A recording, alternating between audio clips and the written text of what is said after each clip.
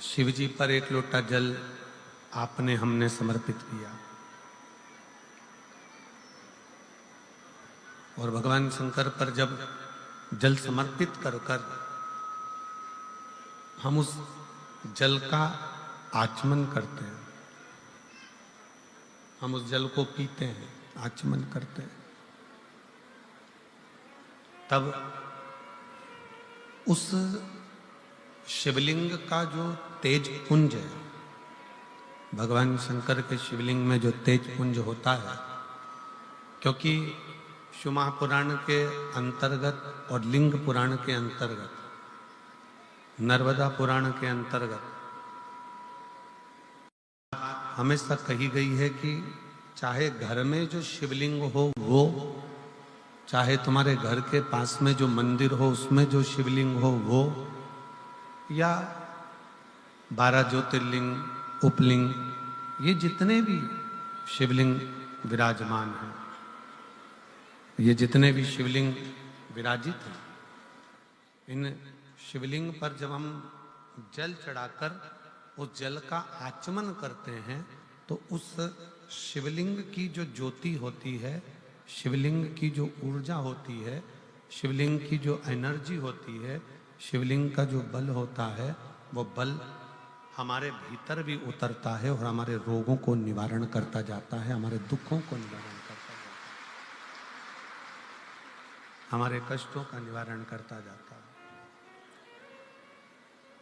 हमारे दुख, हमारी तकलीफें, हमारा कष्ट अपने आप समाप्त होते चले जाता है।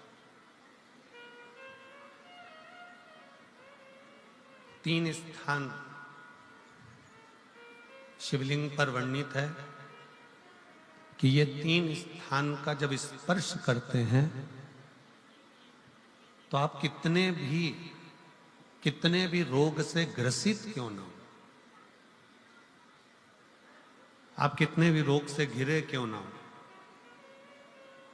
3 स्थान का स्पर्श करने से आपको एक अलग से ऊर्जा प्राप्त होती है और आपके शरीर में कितना भी कंपन हो रहा हो, कितनी भी कमजोरी हो रही हो, कितना भी दर्द हो रहा हो, कितना भी कष्ट हो रहा हो, 3 स्थान शिवालय में शिवलिंग के जगह पर बताए गए हैं।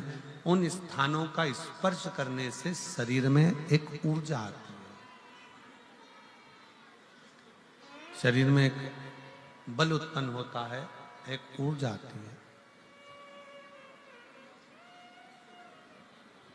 शरीर के अंतर्गत एक ऊर्जा का संचार होता रहता है। अब उस शिवलिंग को अपन समझें, सभी लोग जरा स्मरण करेंगे। शिवलिंग के अंतर्गत 3 स्थान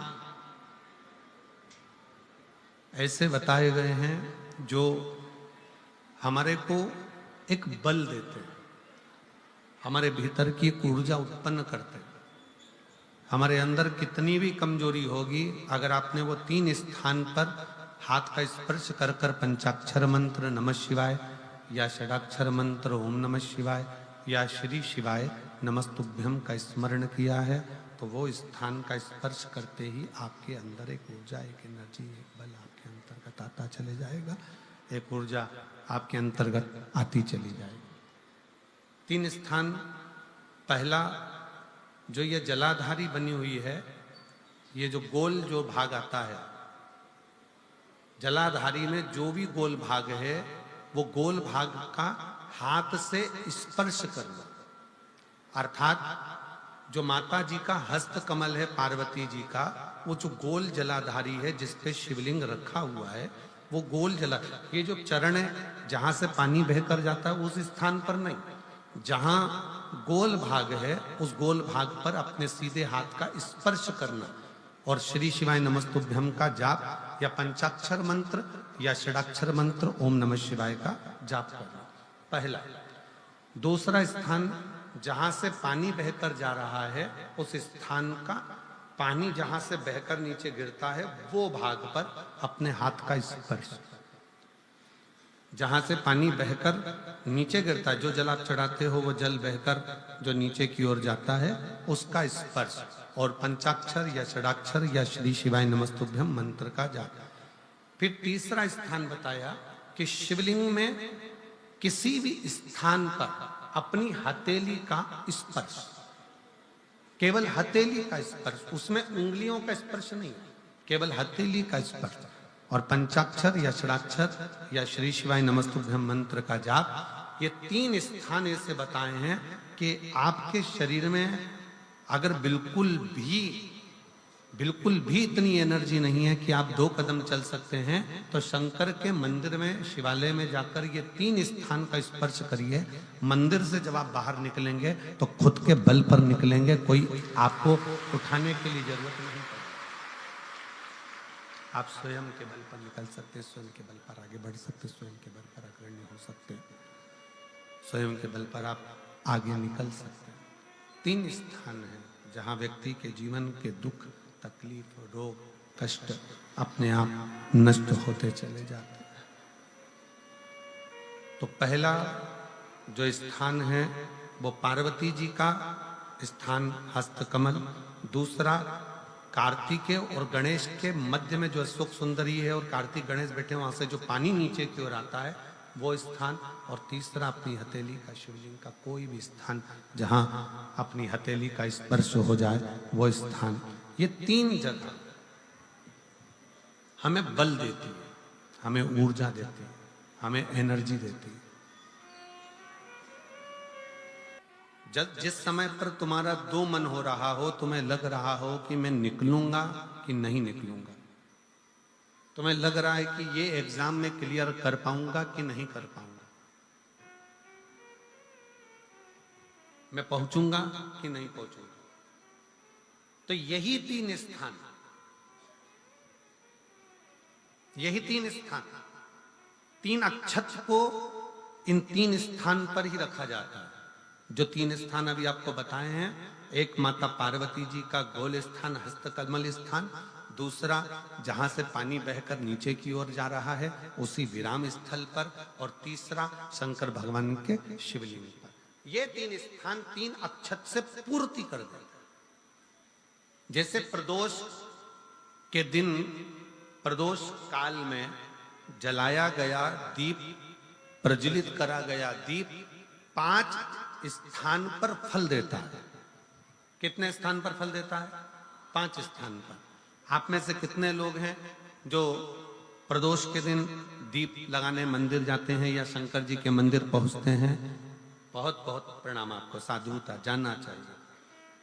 अपना प्रदोष के दिन, प्रदोष काल में लगाया गया दीपक 5 स्थान पर फल देता है। पहला स्थान, अगर हमको या हमारे परिवार में किसी को काल सर्प दोष है तो हमारा प्रदोष का लगाया गया दीपक कहीं पूजन मत कराओ, वो दीप जलाने से ही काल सर्प दोष समाप्त होता चले जाता है। दूसरा स्थान पितृदोष। अगर किसी ने कह दिया कि तेरे घर में पितृदोष है, तेरे घर में, कई लोग बता देते हैं कि तुम्हारे घर में, कई माताएं पूछती हैं मेरे घर में बेटा नहीं, मेरे घर में 3 बेटी हो गई, 4 बेटी हो गई, 5 बेटी हो गई, बेटा नहीं है, बेटा नहीं, तो किसी ने कह दिया पितृदोष है। अब तुम शंकर जी की पूजन कर रहे हो, शंकर जी पे जल चढ़ा रहे हो, शिव की स्तुति कर रहे हो, तो किसी किसी की यहाँ 3 बेटियों के बाद, 4 बेटियों के बाद, एक माता ने तो लिखा है कि उसके यहाँ 2008 में उसके घर में लड़की ने जन्म लिया था, या 2008 में उसके घर में बच्चे ने जन्म लिया था, लड़की ने। उसके बाद फिर लड़की ने जन्म लिया, और उसके बाद उसके घर में कोई पुत्र का योग नहीं बना। तब उसने प्रदोष के समय पर शाम को दिया लगाना प्रारंभ करा, और 2008 में बच्ची जन्मी थी, और अब 2024 में उसके घर में लड़के ने जन्म लिया।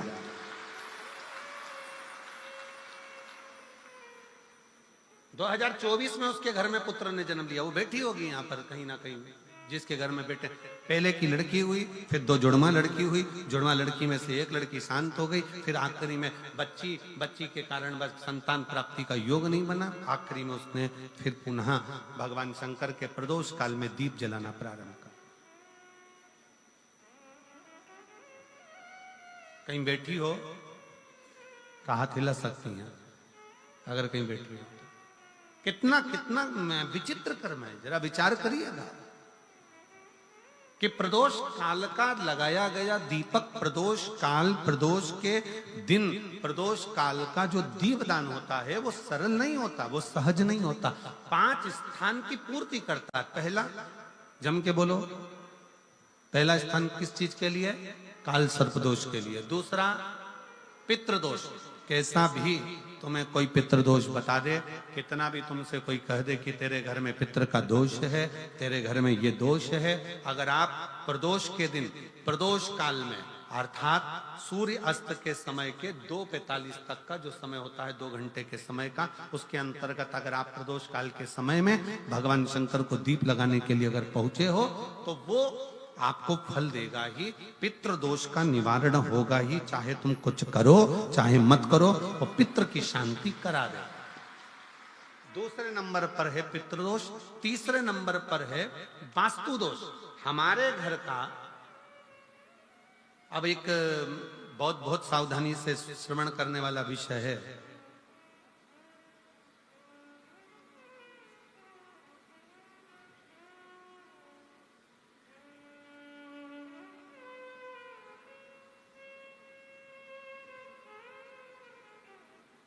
यदि वंश की वृद्धि नहीं है, 30 वर्ष शादी के हो गए, 40 वर्ष शादी के हो गए और औलाद है ही नहीं, डॉक्टर ने भी हाथ ऊंचे कर दिए, टेस्ट पे भी करवाया, IVF करवाया, सब कुछ तुमने करवा लिया, तो भी औलाद नहीं है, तब आखिरी में एक काम चालू करो। प्रदोष का दिन दोनों पति पत्नी व्रत चालू कर दो प्रदोष का, और प्रदोष काल में शाम के समय जाकर एक ही दिए में 2 लंबी बाती जानते हो ना, रुई की लंबी कपास की बाती 2, और दोनों बाती एक ही दिए में रखकर पति पत्नी दोनों उसको प्रज्वलित करना प्रारंभ करें, बाबा संतान देकर ही रहेगा, औलाद आएगी ही। दीप की जो बाती में अंतर आ जाता है, एक गोल बाती में और लंबी बाती में अंतर आता है, बहुत अंतर आता है। पितरों के लिए गोल बाती का प्रयोग बहुत कम होता है महाराज। देवी जी के लिए, माता रानी के लिए, जगत जननी के लिए गोल बाती का प्रयोग बहुत कम होता है महाराज, ध्यान रखिएगा। एक पितर के लिए, एक जगत जननी जगदम्बा दुर्गा भवानी के लिए गोल बाती का प्रयोग कम होता है, लंबी बाती का प्रयोग ज्यादा होता है। क्यों? क्योंकि हमारे घर के कुल देवी और हमारे घर के पितर हमारे वंश की वृद्धि करें, इसलिए लंबी बाती रखी जाती है, जिससे हमारा वंश बहुत लंबा चले, बहुत उन्नति की ओर बढ़े, इसलिए लंबी बाती का प्रयोग किया। शिव महापुराण की कथा कहती है 5 जगह पर हमारा जलाया गया एक दीप जो प्रदोष के दिन प्रदोष काल में लगाया जाता है, 5 जगह पर भारी पड़ता है। पहले नंबर पर, जम के बोलते जाओ, काल सर्पदोष। दूसरे नंबर पर पितृदोष। तीसरे नंबर पर घर का वास्तु दोष। हमारे घर में कितना भी वास्तु दोष है, कोई ने कह दिया यहाँ बाथरूम नहीं बनना थी, यहाँ पर शौचालय नहीं बनना था, यहाँ सीढ़ी नहीं बनना थी, वो सीढ़ी वहां बनना थी, ये सीढ़ी वहां बनना थी, तुम पूरा घर तोड़वा के देख लो, उसके बाद में जैसा वास्तु वाले हैं वैसा करा कर देख लो, उसके बाद भी तुमको शांति नहीं मिले तो समझ लेना कि तुम्हारे घर में अब वास्तु दोष तो तुमने दिखाकर समाप्त कर लिया, फिर भी वो समाप्त नहीं हो रहा, तो प्रदोष काल का लगाया गया प्रदोष के समय का दिया आखिरी में वास्तु दोष को भी समाप्त कर देता है और उसमें भी फल प्रदान करता है। काल सर्प दोष, पितृदोष, वास्तु दोष। चौथे नंबर पर 1 रुपया कमाया, 1.25 रुपये खर्च हुआ, पैसा आया गया, ये चौथे नंबर का। व्यापार में थोड़े दिन दुकान अच्छी चली, थोड़े दिन बैठ गए, थोड़े दिन काम चला, थोड़े दिन बैठ गए, गाड़ी चली थोड़े दिन फिर बैठ गए, अर्थात हमारी फैक्ट्री थोड़े दिन चली फिर बैठ गए, कहीं ना कहीं तकलीफ, थोड़े दिन खाते थोड़े दिन रोते वाला चल रहा है। तो प्रदोष काल का, प्रदोष के समय का दिया इस दुख को समाप्त कर कर रेगुलर एक जैसी सांझी, एक जैसी लक्ष्मी की वृद्धि करते चले जाए, प्रदोष काल का। और 5वें नंबर का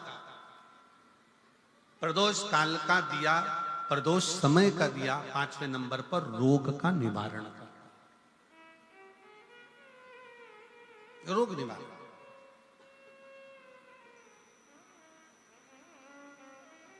ये 5 स्थान जो बताए गए हैं प्रदोष काल के दिन, प्रदोष के दिन दीप प्रज्वलन के, और अब की बार की जो शिवरात्रि आ रही है, बाबा देव आदिदेव महादेव की बड़ी कृपा है उस पर, बहुत करुणा। 25 तारीख को प्रदोष और 26 तारीख को शिवरात्रि। अब जरा प्रदोष के पर्यांत की, प्रदोष के बाद की बिल्कुल लगी हुई पीठ से जो शिवरात्रि होती है, वो शिवरात्रि अगर उस शिवरात्रि का व्रत, साधना, तप, भजन, संसार का मनुष्य कर लेता है तो जिंदगी में उसने कोई व्रत किए ना किए हो, अगर एक व्रत शिवरात्रि का, प्रदोष की पीठ से लगी हुई शिवरात्रि का अगर कर लेता है तो उसको पूरे जीवन के व्रत का पुण्य फल प्राप्त हो। एक व्रत शिवरात्रि का प्रदोष पर्यंत की, अर्थात प्रदोष की पीठ से जुड़ी हुई। अब अगर आप कोई ब्राह्मण से, अगर कोई विद्वज्जन से, कोई पंडित जी से आप पूछेंगे प्रदोष कितनी बजे लग रहा है, वो बताएंगे। फिर प्रदोष लगने के बाद प्रदोष कब समाप्त हो रहा है, तो जिस दिन 26 तारीख हो रही है उसमें लगाया, दोनों की पीठ मिल रही है, दोनों। करो व्रत। आपने कितनी भी एकादशी के व्रत करे हो, कितनी भी द्वादशी के व्रत करे हो, कितनी भी चतुर्थी व्रत करे हो, कितनी भी तीज व्रत करे हो, कितनी भी अष्टमी का व्रत करा हो, कितनी भी नवरात्रे के व्रत करा हो, कितनी भी तीज का व्रत करा हो, चाहे दुनिया के कितने भी व्रत आपने करे हो, अगर आपने एक महाशिवरात्रि का व्रत नहीं करा तो कोई व्रत का पुण्य फल आपके खाते के अंतर्गत आ नहीं पाता।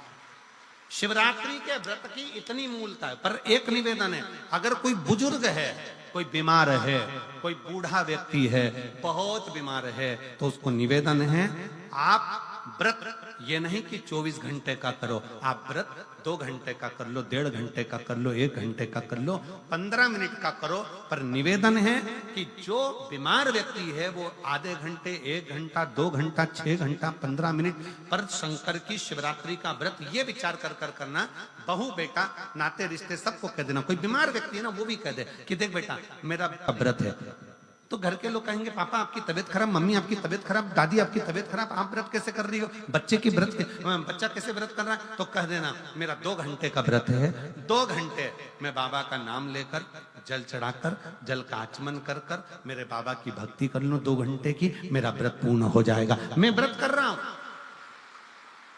आधी में पुनी। तुलसी बाबा कहते हैं थोड़े में बहुत होता है। आपके व्रत अगर कोई बीमार है उसके लिए, अगर कोई कष्ट है शरीर में उसके लिए ऐसा व्रत है, बाकी के सभी के लिए तो वही व्रत शिवरात्रि का पूर्ण व्रत है जिसमें भगवान शंकर की विरल भक्ति को हम प्राप्त करें। महाशिवरात्रि 26 फरवरी की है, 26 फरवरी। और प्रदोष कब का है, जम के बोलो जरा, 25 फरवरी। 25 फरवरी को भी शाम के समय प्रदोष काल में बाबा का दीप लगाइए, प्रार्थना करिए और 26 तारीख का व्रत करिए बिना संकोच। और जिसके घर में शंकर भगवान के व्रत के लिए अगर झगड़ा हो रहा है तो निवेदन है व्रत बिल्कुल मत करिए।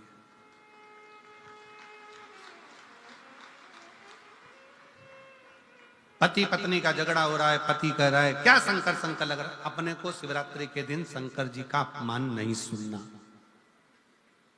इसलिए राजी हो तो व्रत करो, राजी नहीं है पति, परिवार के लोग राजी नहीं है, चिड़चिड़ कर रहे हैं तुम्हारे व्रत करने से, तो आपके चक्कर में शंकर भगवान की निंदा तुम्हारे कान में जाए, ऐसा व्रत किसी का, ऐसे व्रत की कोई मूलता नहीं। आपके घर के लोग राजी हो, माता पिता राजी हो, सास ससुर राजी हो, पति राजी हो, पत्नी राजी हो, परिवार के लोग राजी हो, बेटा बेटी सब, बच्चों का मन है मम्मी मुझे व्रत करना है, हाँ बेटा कर, एक ही तो व्रत करना है शिवरात्रि का, करो। घर के बुजुर्ग ने कह दिया मुझे व्रत करना है, बिल्कुल करो, आज का मौका मिला है आपको करने का, महाशिवरात्रि का व्रत करिए। पर घर के अंदर अगर तुम्हारे व्रत करने से झगड़ा हो रहा है, काय को व्रत कर लिया, क्या होता है शंकर जी का व्रत करने से, क्या होगा शंकर जी का तप करने से, जबरदस्ती वो सीओर वाले महाराज के चक्कर में पड़ी हो, क्या होगा शिवरात्रि व्रत से, क्या होगा शंकर जी को जल चढ़ाने से, तो उससे अच्छा है अपने घर में बैठो, श्री शिवाय नमस्तु में बैठकर भगवान शंकर का गुणगान करो, भगवान शंकर का नाम जाप करो, भगवान शंकर की भक्ति करो। उससे बढ़कर कोई सुख नहीं, उससे बढ़कर कोई आनंद। पर निंदा ना सुनते हुए, कुछ गलत विचार ना लाते हुए, गलत सोच ना लाते हुए, गलत दृष्टि ना रखते हुए, गलत भाव ना रखते हुए भगवान शंकर की विरत भक्ति को अपने भीतर उतारने का प्रयास करिए, शिव को अपने अंदर उतारने का प्रयास करिए।